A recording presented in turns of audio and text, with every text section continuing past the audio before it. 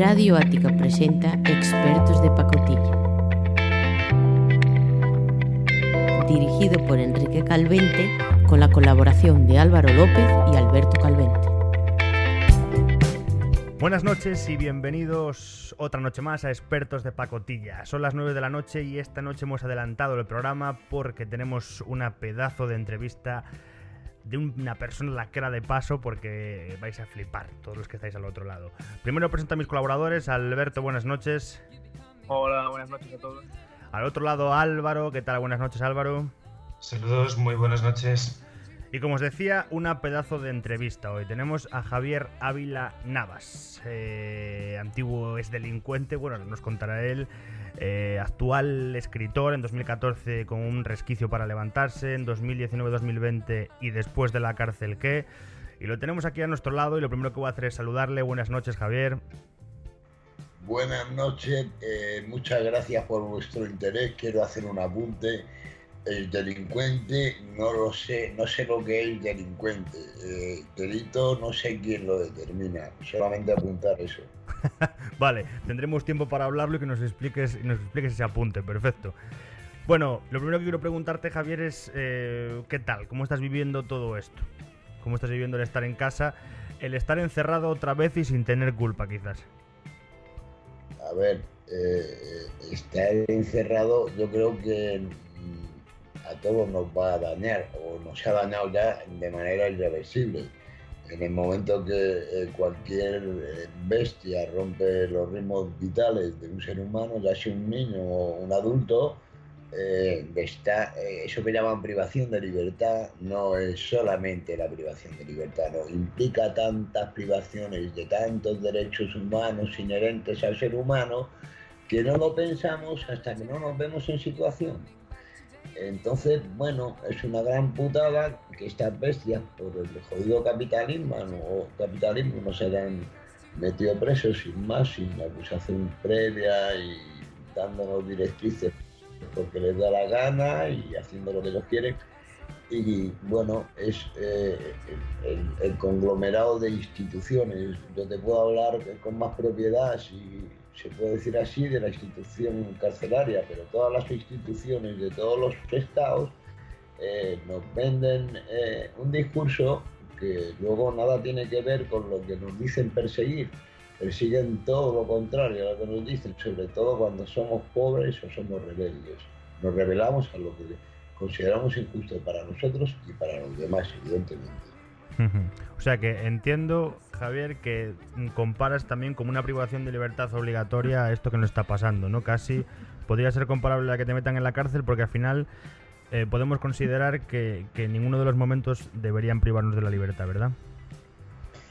Pero y mucho menos en un país que presume de la Ley Orgánica General Penitenciaria más aperturista de Europa, que te cuentan cuentos de pan y pimiento, que la lees y dices qué maravilla, pero que no ejecutan nada de lo que dicen y meten a la cárcel a una persona que intenta sobrevivir y le llaman delito a cualquier cosa. Delito son ellos en sí, son un delito. O sea, son lo peor. Ellos son el propio delito, ¿no? De que el sistema punitivo con castigo, con cárcel, no solamente quedó obsoleto, sino que a partir del siglo XVII hicieron una gran industria de él y se están cebando con los pobres y con los rebeldes, con los que sostienen los países. Claro. Apuntabas al principio que acabas de hablar ahora de delincuentes. Yo apuntaba al principio ex-delincuente y ahora escritor, y tú me decías que era la delincuencia. ¿Qué es para ti la delincuencia? ¿Cómo lo explicarías?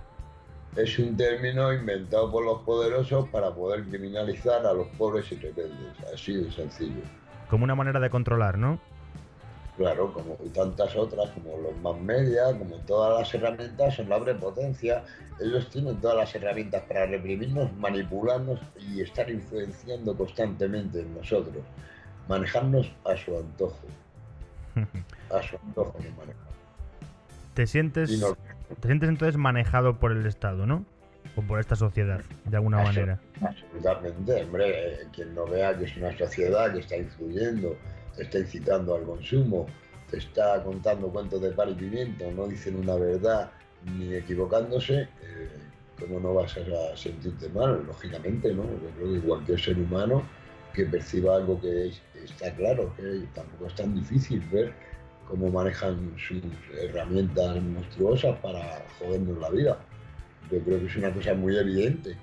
¿Y cómo propondrías tú que tendría que ser todo esto? ¿Cómo propondrías que se tendría que castigar o no castigar a la gente que no hace lo que socialmente está aceptado? ¿O cómo cambiarías el aceptar socialmente ciertas cosas? Vale, lo de castigar lo vamos a descartar, porque el castigo no es más que violencia. Y todo lo que conlleve violencia no llega jamás a buen puerto. Castigo no. Un sistema, claro. Tiene que haber un sistema. Si tú quieres vivir en una sociedad en la que estés tranquilo, en la que te diviertas, en la que te saludes, en la que seas feliz, en la que tiendas la mano al que tienes al lado, tú no puedes castigar a una persona que comete un error y llamar a ese error delito, a un conflicto que ha tenido porque ha querido sobrevivir, ha tenido la necesidad de hacerlo y no le han dado otra opción. No es que no haya querido, que no se le han dado, no se le han dado, o no le han echado una mano cuando la han visto derrapar porque le ha ido mal en su estructura mental, o no ha sabido concebir la sociedad, o no ha sabido respetarla. En lugar de ayudarle, le castigan. Qué bien. El castigo en sí implica violencia. La violencia jamás, reitero, puede llevarte a buen puerto. Todo esto que dices me lleva a preguntarte ¿qué fue lo primero que hiciste tú que la ley tipificaba como delito? Pues, madre mía, me tengo que retrotraer a cuando tenía 11 años. A lo mejor robar un cassette de un coche o robar una Seat, un 600, algo de eso, con una llave Fogras. No sé. ¿Y qué es lo primero entonces que ya la justicia se metió contigo y ya fue la primera vez que tuviste un juicio serio, primera entrada en prisión, todo esto? No, antes de entrar en prisión, yo me fugo 17 veces de las cárceles de niños del Sagrado Corazón de Jesús, que lo gestionaban los frailes y nos daban con goma de butanos y nos regaban con 11 años, 12, 13 en las habitaciones celda que tenían. Hoy es la Reto, lo han privatizado y lo llaman eufemísticamente centro de menores, o sea, cárcel de niños.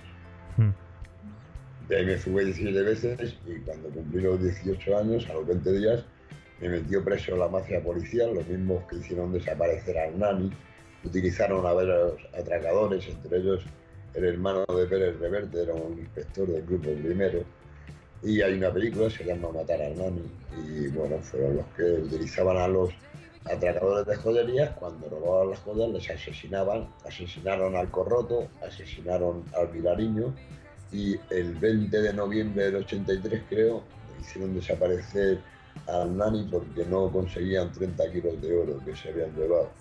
Y esos mismos inspectores me colocaron a mí el 28 de febrero del 84 por un banco y las armas. Me condenaron a 6 años y 10 meses y mi condena actual son 62 años. No tengo de sangre, no he matado a nadie. He secuestrado, me he fugado 3 veces, he secuestrado fiscales, carceleros. No he matado a nadie porque no he querido, no porque no haya podido, claro. Ya, o sea, de lo que me hablas es el primer banco que robaste, ¿no? 6 años y ¿cuántos meses? Y 10 meses. 6 años y 10 meses el primer banco que robaste. Y cuando estabas haciendo este tipo de delitos, de atracos, ¿en qué pensabas? En pincharme heroína y cocaína, porque yo me enganché con 12 años. O sea, que quizás lo que te llevaba a delinquir y a poder robar y sustraer ese dinero era el vicio de la droga, ¿no? El vicio no, con esa edad uno no tiene conciencia ni para saber lo que es el vicio. Ya. Primera vez que te drogas con 11 años, me estás hablando. Claro, te apunto. La situación que creó la sociedad cuando se produjo lo que llaman transición de la dictadura a la democracia. O sea, se muere el hijo de puta dictador en el año 75 y la población reclusa ascendía a 8.000 y pico presos. En el año 2007 la población presa, contando Cataluña, éramos 78.000 presos. De la dictadura 8.000 a la democracia casi 80.000. ¿Cómo se llama eso? pues no sé cómo llamarlo, pero vamos, es sospechoso. Cuanto menos sospechoso. Eso no, se llama la industria carcelaria, para reprimir a quienes no les valen, a quienes no les producen y a quienes no se someten a sus jodidas órdenes que las crean sin contar con uno. Ya. Cuando entras por primera vez por un robo de banco en la cárcel, ¿se te pasa por la cabeza volver a hacerlo? Otro apunte, yo no entro, a mí me meten Bueno, en la ya. cárcel. Sí, evidentemente, es lo único que he sabido hacer hasta que me dieron 2 tiros en el 2005 en un BBVA y llevo 15 años, camino de 15 años en silla de ruedas, que ya no sé dónde estar en silla de ruedas, me dejaron unos dolores que si vieras lo que me meto, alucinas. 2 tiros que te da un policía mientras tú estabas desarmado, ¿verdad? Efectivamente, yo entraba con una navajita que me guardé al bolsillo, cogía a la directora, mi compañero sí llevaba un arma de fuego, pero él recibe el primer disparo en la cadera, su pistola sale volando y a 30 centímetros detrás de mí había otro inspector que no me da uno en el cúbito de la mano izquierda, sino que salgo volando porque era un 9 largo para Velum y me da un segundo disparo y me rompe la lumbar 3, el cono del riñón izquierdo y me revienta el brazo. Y sales bastante fastidiado, supongo, de esto. ¿Entras directamente a la cárcel o cuánto tiempo estás hasta que la rehabilitación hace efecto? Entre 3 hospitales, en el de parapléjicos de Toledo, a la semana me llevaron a la prisión de Aranjuez. Ahí no había fisioterapeuta, había un guardia fisioterapeuta, un carcelero fisioterapeuta que no tenía ni puta idea, era el hijo de algún hijo de puta torturador carcelero. O el yerno, o vete a saber, un torturador más con una bata blanca que te bajaba a un gimnasio que había 4 máquinas y te decía que te buscaron la vida. Ya. O sea que la situación ya no solo era dura para la gente que entraba en condiciones normales, sino que además era un poco irrisoria para la gente que encima tenía un problema, ¿no? Nos trataban como si fuerais despojos. Con el añadido de que en la enfermería de la cárcel de Aranjuez no existía patio. Y te digo no existía porque ahora han habilitado uno de juguete abajo. Y teníamos que hacer la vida, y yo he visto morir a más compañeros que en todos los 24 años anteriores, los 4 años que me han tenido en Aranjuez, un día sí otro también, muriendo compañeros, enloquecían con el interferón o no les atendían. O entre ellos se mataban porque entraba droga, se drogaban y a puñetazos he visto matar uno a otro sin poder hacer nada. O sea, ya te digo, con el añadido de no tener patio. Tú hacías la vida en los pasillos o en la celda de cualquier otro compañero enfermo de una u otra manera. O sea que ya lo grave además es que tú entras en una cárcel y quizás no eres mala persona, pero la vida te hace dentro mantenerte y hacer cosas que quizás no hubieras hecho en una condición normal, ¿no? Evidentemente, pero vamos a ver, mala persona, ¿sabes? Hay un concepto tan equivocado. Cuando habla alguien de un preso, de un expreso, ¿por qué tiene que ser una mala persona? O sea, ¿por qué ya inmediatamente se le añade la etiqueta, el estigma de que sea una mala persona? Eso es nuestro error. Cometemos un grave error porque prejuzgamos nosotros mismos. No, en las cárceles, lo digo porque me han tenido en 34, hay buenas y malas personas, ¿vale? Claro que hay malas personas, es evidente que hay malas personas, es una gran putada, pero hay muchas buenas personas, más que malas, muchas más buenas que malas. Sí, como decía al principio, perdón que te interrumpa, Javi, al principio decías esto, que al fin y al cabo el problema venía desde un principio porque la gente no se le ayudaba cuando en un principio lo necesitaba, ¿no? Perdón, no te he entendido bien exactamente. Que lo que me das a entender con todo lo que nos estás explicando es que el problema viene desde un comienzo cuando una persona en una mala situación no se le da la ayuda que necesita, sino que simplemente se va por él en el momento en el que mete la pata con algún asunto. Claro, mira, te lo voy a intentar sintetizar.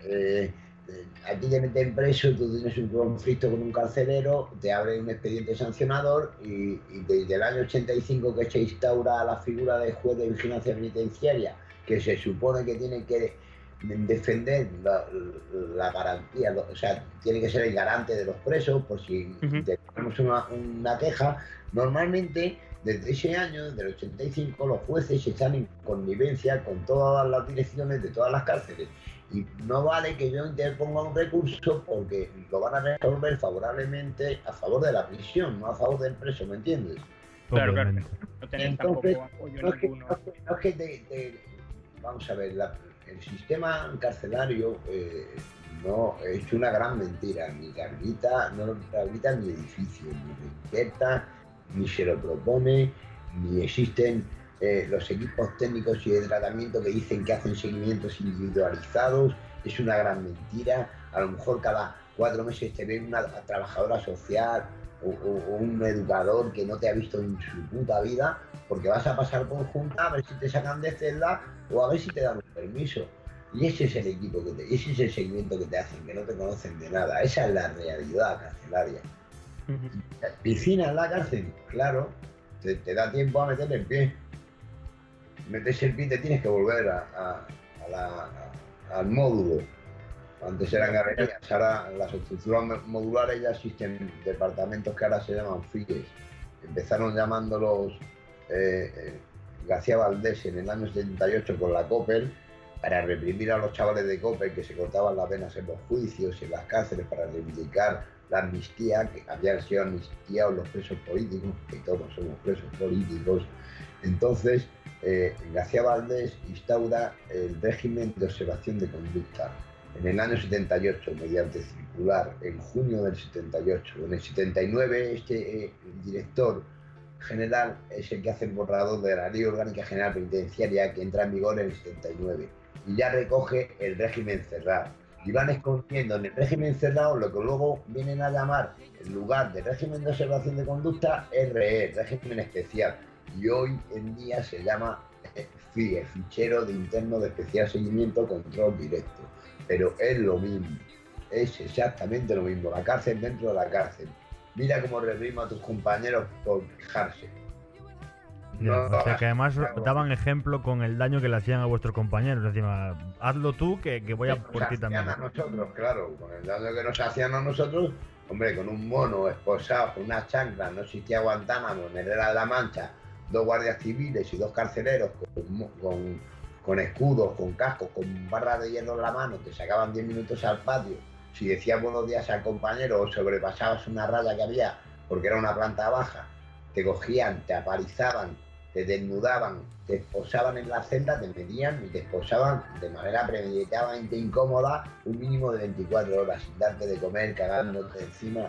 ¿Tú crees que una persona no responde ante una agresión así, ante una violencia de ese calibre?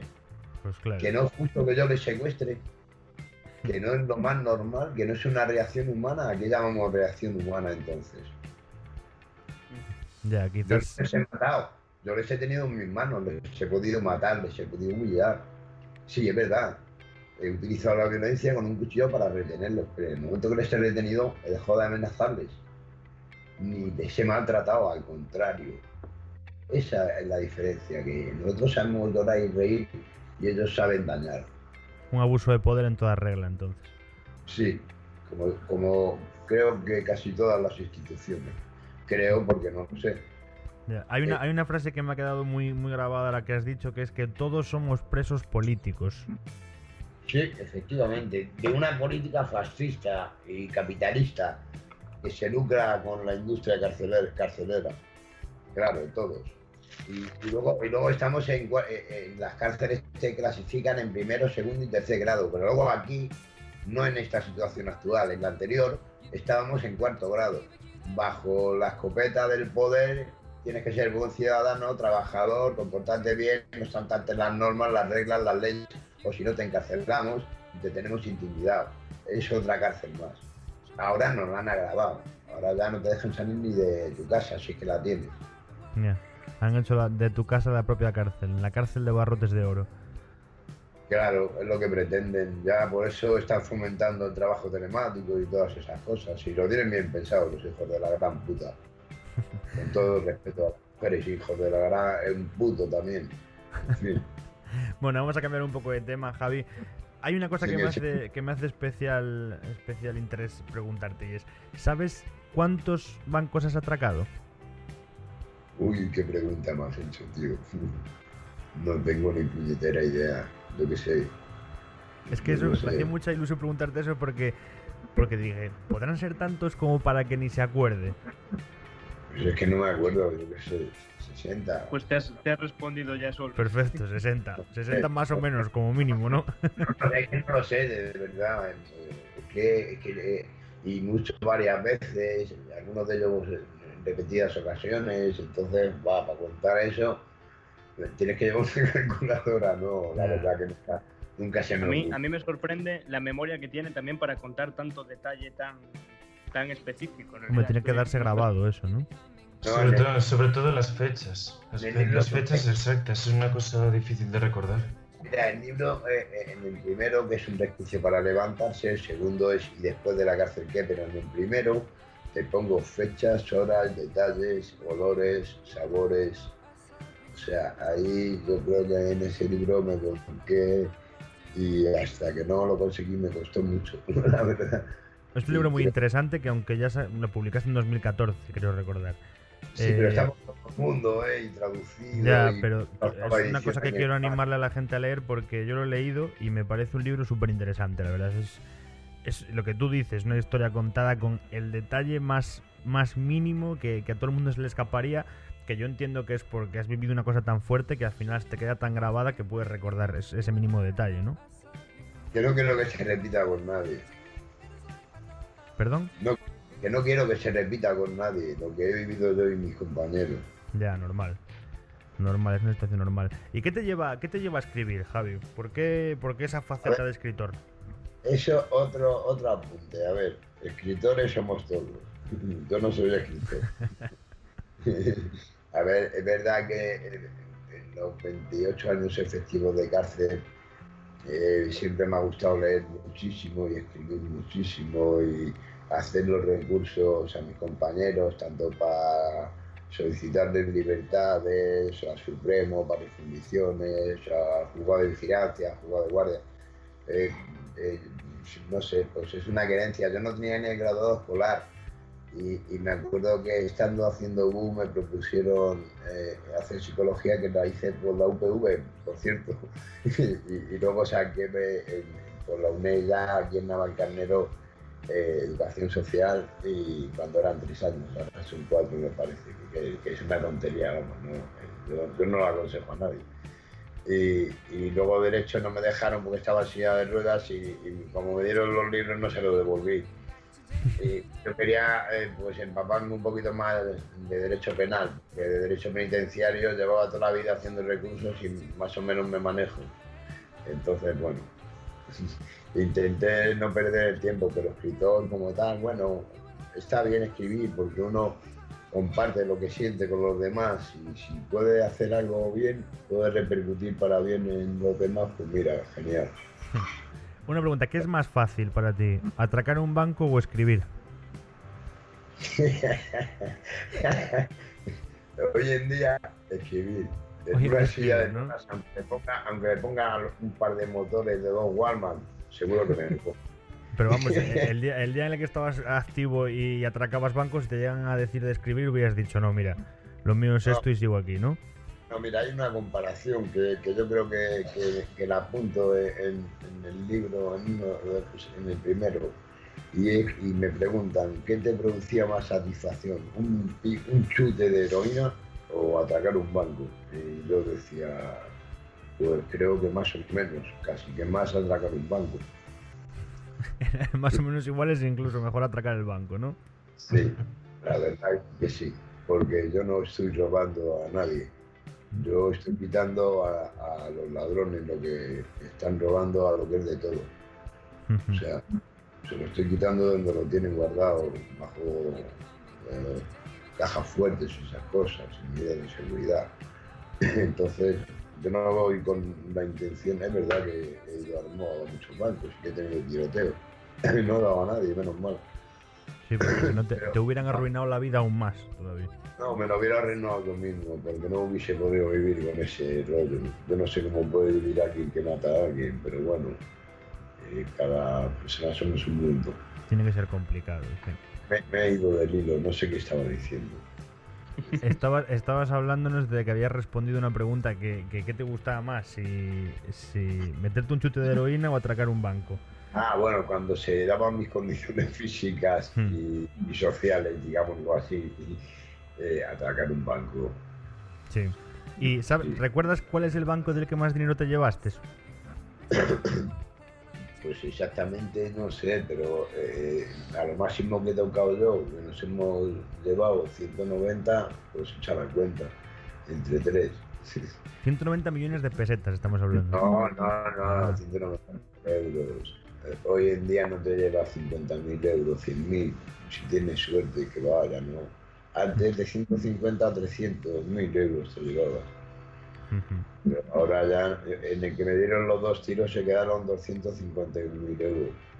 ¿Y qué eras más, de ir solo a atracar o tenías una banda conformada con la que ibas?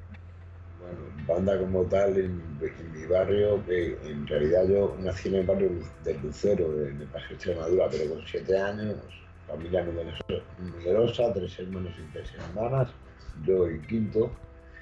Y nos vinimos a vivir a Carabanchel Alto. Actualmente estoy viviendo en Villaverde y en Carabanchel Alto empecé de muy pequeñito ya a drogarme con las anfetaminas, con el LSD, pero no era esa la pregunta que me estabas preguntando. Perdón, ¿ves? Estoy expreso. Te estaba preguntando si recordabas cuál era... no, perdón, ya estábamos en si tenías banda conformada o atracabas solo. ¿Qué te gustaba más? No, éramos muchas bandas, es lo que te iba a decir. En Carabanchel conforma muchos barrios, Caño Roto, el Terciotero, el Pamendito, son muchos barrios, el Faro, yo soy del Faro. Y en todos los barrios había grupos de niños, nunca mejor dicho, de unas edades comprendidas a 11, 14 años, que éramos bandas que atracábamos, a lo mejor íbamos 3, que íbamos 2, que íbamos 1. Yo me he hecho muchos barcos, yo creo que bastante, no sé si más solo que acompañado, pero solo me he hecho muchos. Y normalmente con un compañero, y con 2 compañeros pocos, muy pocos. ¿Y qué es lo primero que atracas de pequeño? ¿Qué es lo primero a lo que accedes? ¿Una tienda del barrio o ya vas directamente a por los bancos? No, yo me hacía las calles enteras, lo cuento en el libro. En la calle Macarena, en Aluche, me la hacía entera. Salía de una tienda de papeles pintados con un soplete. Y salía de la tienda y me metía en una boutique, y salía de la boutique y me metía en un bar, y me hacía las calles enteras. Salía de compras. Bueno, salía por dinero para comprar drogas. Iba de ronda. Farmacias, también me llevaba la droga de las farmacias. Bueno, pues por mi parte, Javi, Oye, no voy a hacerte más preguntas, voy a darle espacio a mis 2 compañeros. ¿Querías comentar algo? Sí, no estoy para nada orgulloso de ello, al contrario, es una pena que haya personas que tengamos que tener unas vidas tan miseras o tan miserables porque quiera un sistema monstruoso. Sí, además que entiendo que no te puedes sentir muy bien. Robarle a un banco, incluso aún lo veo una manera de reivindicación, ¿no? Pero robarle a tu vecino que tiene la tienda pequeña debajo de casa... No, impensable, nunca he dado un tirón de bolso. ¿No? Nunca. No. Es verdad que he robado pequeños comercios cuando era muy pequeñito, pero ya antes de cumplir los 13. 2 meses antes me hice el primer banco y a partir de ahí, bancos, joyerías, secuestros, cositas. Y no a quien lo tenía. Todo en grande. Bueno, pues voy a darle paso a mi compañero Álvaro, que tenía unas preguntas preparadas para ti. Cuando quieras, Álvaro. Vale, Javier, me gustaría preguntarte una cosa sobre la vida en prisión.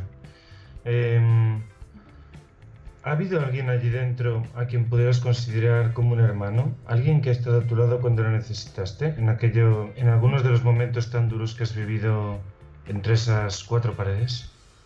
Absolutamente, no sé el concepto de hermano que tienes tú, pero si tú me hablas a mí de que si le he querido como a mi propia vida, te digo que sí, no a uno, a todos mis compañeros. Yo me levantaba por la mañana y pasaba de cuento el guardia y ya estaba bromeando, me inventaba las bromas. He hecho uso y abuso del sentido del honor. porque mis compañeros eran mi familia. Y me siento orgulloso de ellos. Y no te lo digo yo, te lo digo con la boca grande porque solamente les tienes que preguntar a ellos para que te lo confirmen.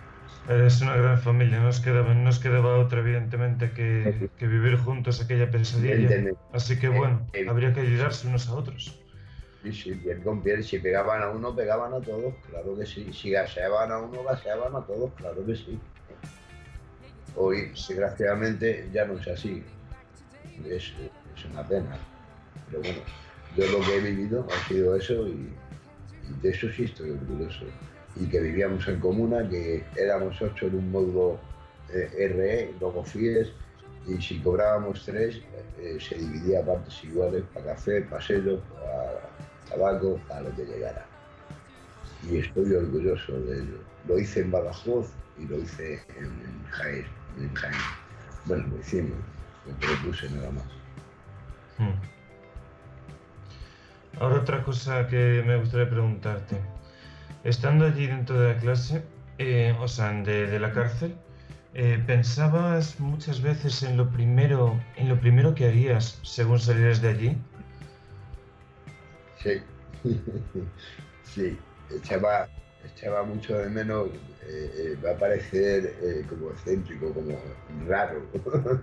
Echaba de menos oler el aceite que dejaban los autobuses en primer lugar, fíjate, en primer lugar, y en segundo lugar, la sonrisa de un niño, o el llanto, o el pataleo de un niño. Eso es lo que más Esas pequeñas cosas que hay fuera que no les prestamos a veces atención, pero que luego cuando las perdemos, pues no podemos evitar pensar en ellas. Claro, es lo que te decía. Que vuelvan. La privación de libertad no implica, privación de libertad suena como muy ambiguo. Lo que conlleva realmente es terrible. Te arrancan de tu hábitat, te cosifican, te infantilizan, te convierten en un preso, dejas de ser una persona, te congelan la vida. Tú no te enteras de lo que está pasando en esta otra cárcel. Y te mantienen la vida congelada al tiempo que quieran. Tú sales, o sea, no sales, te escupen a este lado, con una mano adelante y otra atrás. No tienes ni puñetera idea de manejarte, tienes todos los complejos del mundo. No te han ayudado a nada, ni te ayudan allí fuera. Y cuando sales el mundo es otro. Puedes encontrarte con un mundo completamente distinto. Puedes no, te encuentras con otro, por poco que sea el tiempo que te encarcelen, te encuentras porque vamos muy rápido, vamos a una velocidad vertiginosa. Cada vez más. Yo cuando supe, si da tiempo cuento una anécdota, cuando supe lo que era un ordenador fue porque la juez de vigilancia de Jaén, cuando me sacaron de celda, de 12 años de celda que me tuvieron, me fue a tomar declaración después de 1000 recursos que le hice por escrito y se tiró más de 1 hora escribiendo, pero yo veía que no metía ni un solo folio. Y cuando se iba me dice, no, ya te contestaremos. Y la dije, eres una falsa. No han metido ni un solo folio en la máquina de escribir. Y era un ordenador y ya la mujer me lo explicó y me sacó de celda. Ah, o sea que tú pensabas que era una máquina de escribir y un ordenador. Claro, y yo estaba ya pensando en otra cosa, claro. Ay, Dios mío. No, yo no la veía meter folios y venga a teclear, digo, que es falsa la tía. Si no está escribiendo, ¿no? Claro. Es gracioso eso, la verdad, Me sacó. Algo totalmente nuevo. María del Carmen Navajas Rojas se llama. María del Carmen Navajas Rojas. Me ha hecho gracia, se me ha impactado porque es como cuando veías cosas míticas de las abuelas que hablaban con el del telediario que salía en la tele y todo eso, y esto es un poco parecido, ¿no? Me están vacilando y en realidad no, es que era así. Era así. De hecho, me sacó de celda, O sea, yo le agradezco que después de 12 años la mujer entendiera que ya estaba bien, que ya era abuso, no, lo siguiente. Entonces, bueno, la mujer lo entendió y yo nunca volví a tener un incidente. O sea, un incidente, nunca volví a ni siquiera a intentar fugarme, ni secuestrarme, ni... No. Llegué a salir de permiso en el 2002. Qué interesante, la verdad. ¿Tienes más preguntas para él, Álvaro? No. No, vale, vamos a dejarle ya Javier a Alberto que te haga el test rápido. Recuerda que son 12 preguntas que te va a hacer y tienes que contestar casi sin pensar. O sea, lo primero que te venga con el corazón, lo contestas, ¿vale? Venga, vamos. Venga, vamos allá, Alberto. Bueno, lo primero, hola Javier, y muchas gracias por dedicarnos este tiempo, A vosotros. para abrirnos las mentes, enseñarnos tanto, que yo estoy aprendiendo un montón, la verdad. Y yo de vosotros. Bueno, te empiezo con las preguntas, ¿vale? Si alguna, por lo que sea, no quieres contestarla o tal, me dices que pasamos y ya, ¿vale? Vale. La primera es si extrañas algo de tu infancia.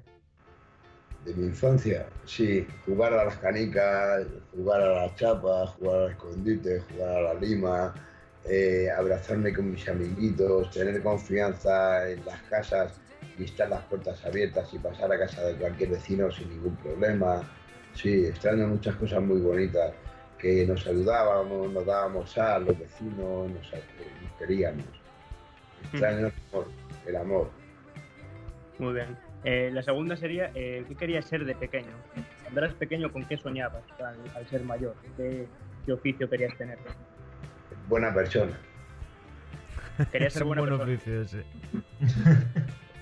Vale, pasamos siguiente. Vamos Además a es un buen siguiente. oficio que no puede decir todo el mundo que lo ha practicado, ¿eh?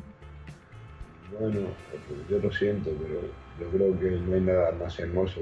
La vida es una vez, nos morimos todos, lo tenemos en común. Bueno, paso con la tercera. Si fuese posible, ¿qué cambiarías del pasado? Yo nada. A lo mejor haría cosas que no he hecho, pero cambiar no. Aparte de que es utópico, y si fuera posible, tampoco lo cambiaría. O sea, de hecho es utópico, pero si no lo fuera, no fuese posible, no. Quizá haría cosas que he aprendido a lo largo de mi vida. Siempre estamos aprendiendo. Hoy, mañana, pasado. Y claro, haría las cosas a lo mejor de diferente manera, pero mis sentimientos sobre la justicia y sobre la igualdad seguirían siendo exactamente igual, no variarían en absoluto, que es la esencia, creo, de una persona. Sí, de cada persona y de vivir. Bueno, vamos con la siguiente. ¿Qué te empujó a efectuar tu primer uso? Yo creo que antes que la droga, para ser sincero, pues el ambiente de un barrio marginal en el que dentro de los juegos estaba el meterte en un coche y jugar la guantera. Claro, y luego ya pues las drogas inmediatamente, muy inmediatamente, o sea, de muy niño, ya con 11 años yo ya sabía lo que eran las anfetaminas. Entonces, bueno. Vale, vamos con la siguiente. Perdón, que tengo aquí un problema con el micro. La siguiente es si hay alguna persona que tengas como referente. Como referente, mi compañera. ¿Tu compañera? Sí, ¿Tu compañera de qué? ¿De vida o de...? de vida. Vale, paso a la siguiente. ¿Cómo te describirían tus seres cercanos? Eso no me corresponde a mí. Vale, pues pasamos. ¿Qué recuerdo de tu infancia tienes más vivo?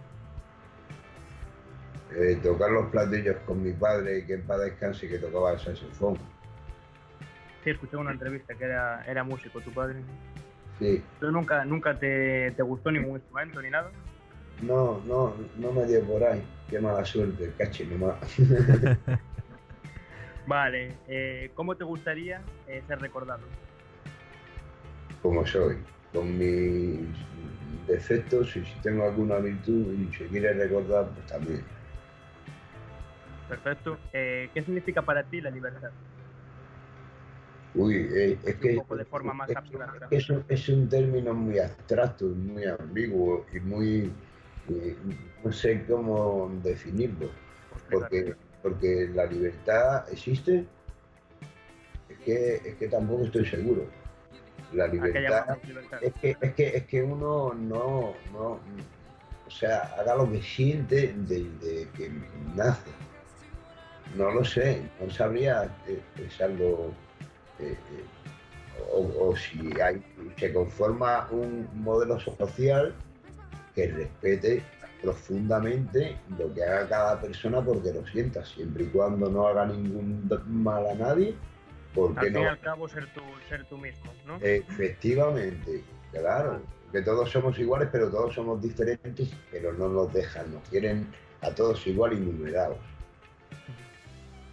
Vale, pasamos a la siguiente. ¿De qué forma equivocada te juzga la gente que no te conoce? No me importa, porque si no me conocen y me juzgan, qué pena me dan.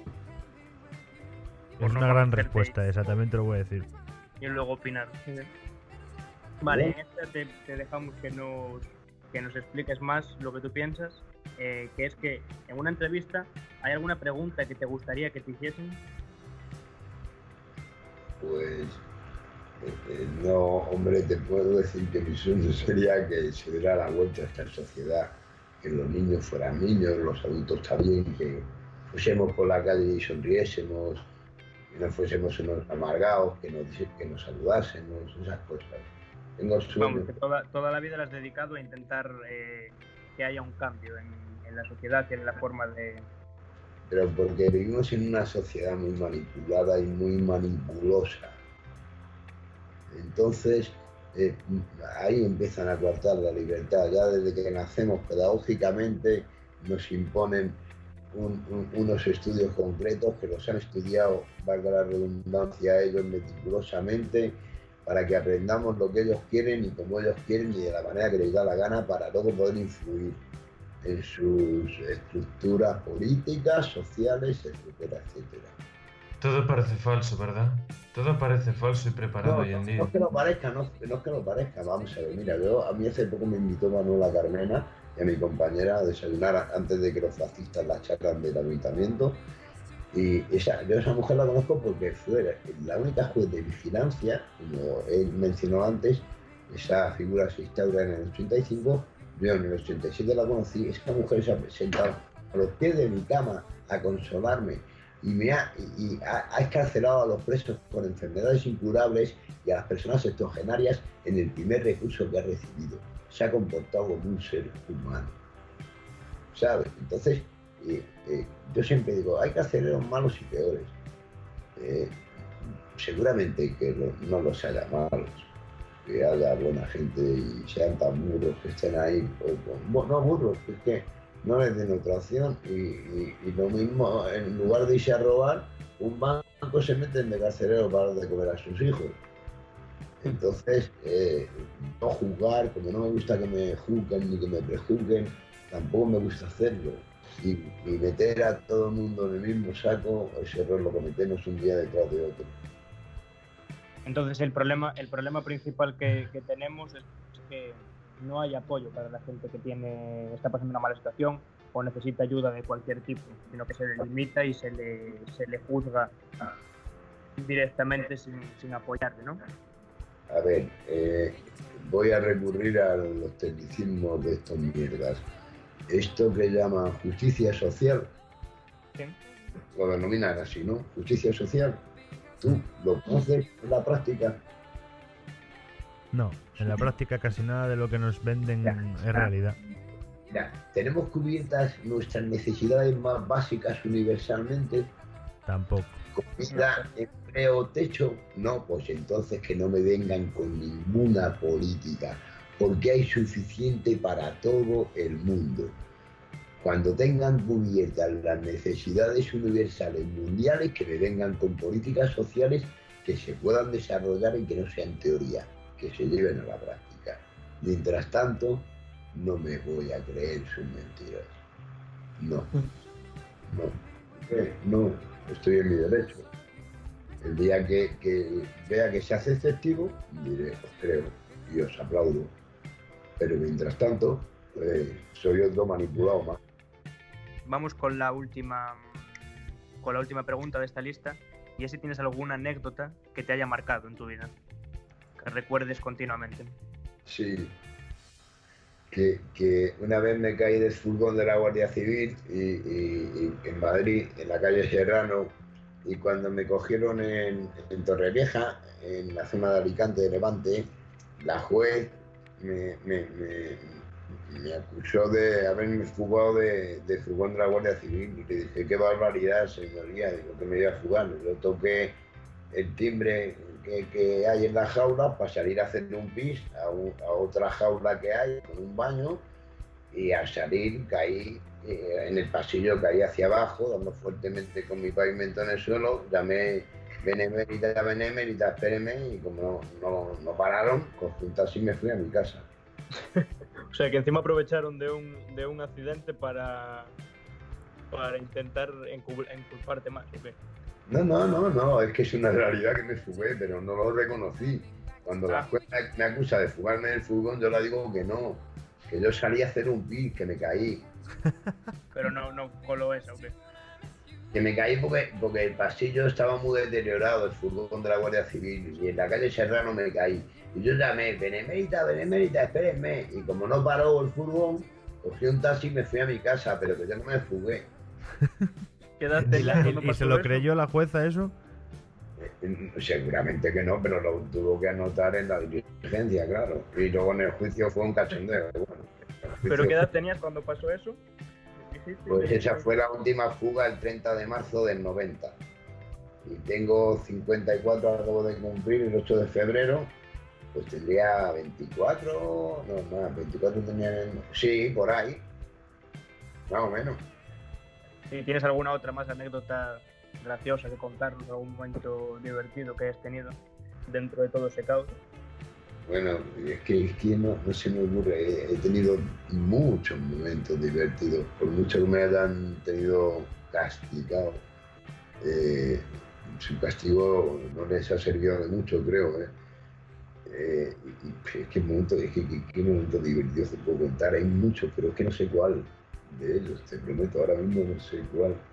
¿Qué momento divertido? Pues mira, una vez me vinieron los carceleros, los mierdas, en el Musgo Fiel de Badajoz para que le gastara una broma a un compañero suyo. Y me fabriqué un cuchillo con lo que es en la caja de un brick de leche de litro. Lo envolví por la parte plateada y le cogí por el cuello, porque yo no tenía acceso a él, le hice que se arrimara a la reja, no teníamos acceso, no había contacto entre guardia y preso. Y le cogí y le puse el cuchillo en el cuello y le dije, mira, pide café para mí, para todos mis compañeros y lo pagas. Y si alguien quiere algún dulce también, pero en complicidad con sus compañeros, para que veáis qué perros son entre ellos. Y por favor. El tío tocado fue al economato y fue centa por centa porque quería un té con leche yo, y lo pagó él, y si queréis vos yo lo traigo, y lo pagó. Y luego ya sus compañeros le dijeron que era broma, que lo pagaban ellos y tal. Pero para que veáis, hasta entre ellos, los cerdos que son. Pobre hombre, que casi le dio un ataque. Vamos, estaría cagado el pobre. Atacado. Sí, la verdad que sí, que le dio un jama. O sea, no un jama, pero se puso blanco el hombre, claro. Era joven, era un chaval joven, tendría yo, pues esto fue en el 91, pues tantos años, pues más o menos. 25 años aproximadamente, tenías en el 91. 91, año en el que nací yo, por cierto. Hostia, llevaba yo desde el 84 en Zelda. Madre mía. La vida a veces cuando hablas con la gente y ves fechas y tal es increíble, ¿eh? No, hombre, la fecha del 28 de febrero me colocaron, menos mal que no me colocaron un día 29 de febrero, si no dirían que en vez de llevar 36 años pagados, llevaría 5. Llevas una cuarta parte. Te podrían hacer la faena ahí si quieren, ¿eh? Hay un vacío legal ahí. Sí, bueno, chicos, me fastidia muchísimo tener que cortar esta entrevista porque llevamos ya 50 minutos y está siendo un placer hablar con Javier. Pero no tenemos tiempo para más, Javier. Ha sido un placer estar contigo esta noche. Muchísimas gracias por estar aquí. Ha sido un placer compartir con vosotros, de verdad. Muchas gracias por vuestro interés y por ser gente sensible ante temas que nos atañen a todos, que nadie nos libramos de la cárcel. Si somos pobres, rebeldes o no tenemos no practicamos el tráfico de influencias como los mafiosos, la cárcel es para nosotros. Muchísimas gracias, Javier. No voy a marcharme sin dejar de recomendar tus libros. Un resquicio para levantarse y después de la cárcel, que muy interesantes, muy interesantes. Tan interesantes o incluso más que la entrevista. Muy bien. Perdón, anoto, autoeditados, lo pueden pedir al correo javiavilanavas@gmail.com. Pues ya sabéis, podéis apuntaros ese correo electrónico porque ahí la autoedición que Javier ha hecho de su libro podéis comprársela y mucho mejor que comprarla en cualquier otro sitio, así los beneficios son íntegros para él. Muchas gracias, Javier, por estar aquí.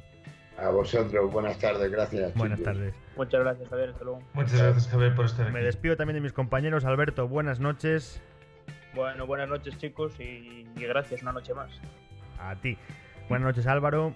Muy buenas noches a todos, gracias por estar con nosotros.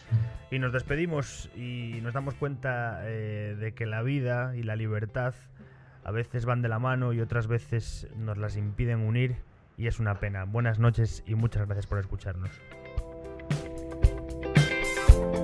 Expertos de Pacotilla en Twitter, YouTube, Spotify e Instagram.